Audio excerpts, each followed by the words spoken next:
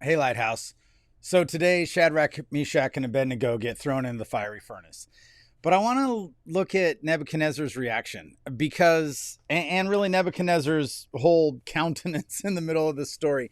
Because there's obviously things about the story that are not normative, that we wouldn't expect, to survive every trip to the fiery furnace, to dodge every bullet, to avoid danger, and even we wouldn't anticipate that it's the normative life of a believer that we always conquer evil or whatever. The bad things happen to good people all the time. So we wouldn't say that this is normative in the life of the believer, and yet we would say this the God that saves Shadrach, Meshach, and Abednego from the fiery furnace is the same God that we serve. Same love, same power. And Nebuchadnezzar is fun to watch because he is going to come in contact with God in a way that I don't know if he ever has before. And I want you just to look at how Nebuchadnezzar behaves in this story.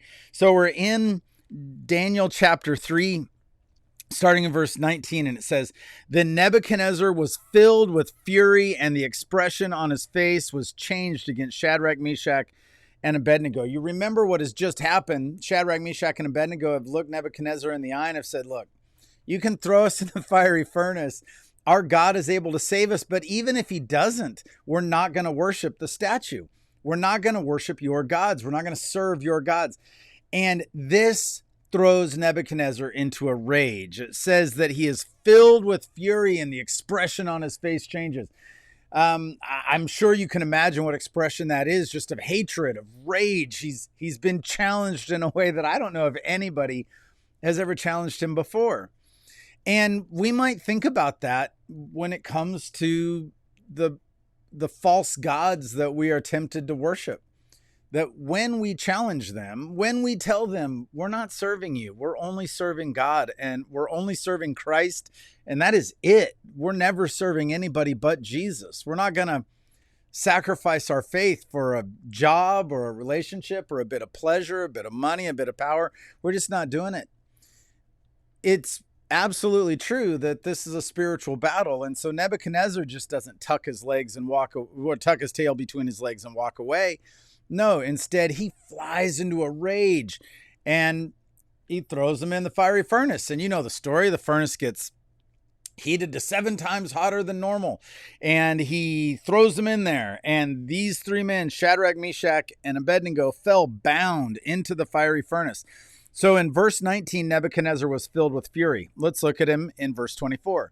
Then Nebuchadnezzar was astonished and rose up in haste, and he declared to his counselors, Did we not cast 3 men bound into the fire? And they answered and said, True, O king. And he answered, But I see 4 men unbound and walking in the midst of the fire. Man, so Nebuchadnezzar goes from furious to astonished. Well, what is he astonished by? Is he astonished by the faith of Shadrach, Meshach, and Abednego? No. They displayed great faith, and he threw them in the furnace. But it's the power of God that he sees. He sees not only their faith, but he sees God come through for them. And this gives me hope for people with rebellious hearts who are furious against God and his people. Man, Nebuchadnezzar comes up against the power of God, and he is moved. He is astonished. And you know, for you and I, you and me, for those of us who are looking for what can I take away from this story? Well, I think you take away one very important point, and that is that this is the God we serve. That Nebuchadnezzar couldn't see God's power until right now, as he's conquering Jerusalem and sending his armies across the wilderness to tear down the temple of Yahweh. And as he brings back the spoils, he's looking around going, where is this Yahweh I've heard so much about? I am clearly bigger than him. As he kidnaps the exiles, and Daniel and his friends get sent through Babylon University, and as he subdues this people, and as he forces them into service in Babylon, And as he even, one of these exiles tells him his dream in Daniel, and as he makes all these people bow down before his statue, he has lived his whole life just assuming that he was the power, not bowing his knee to God, but rather thinking that God should bow his knee to Nebuchadnezzar. And he goes from furious to astonished when he sees the power of God. Man, we need to pray that the people in our lives, national people, next door neighbors, people in our family, maybe people in the mirror, can clearly see the power of God. Because there is a time in our lives where you look around and you go, where is the power of God? I don't see it. I see bad guys winning and I see good guys struggling. And where is the power of God I'm always hearing about? And God is patient. And for a time you don't. But there's going to come a time when each of us sees God in full power. And at that point, we will no longer be jumping around furious.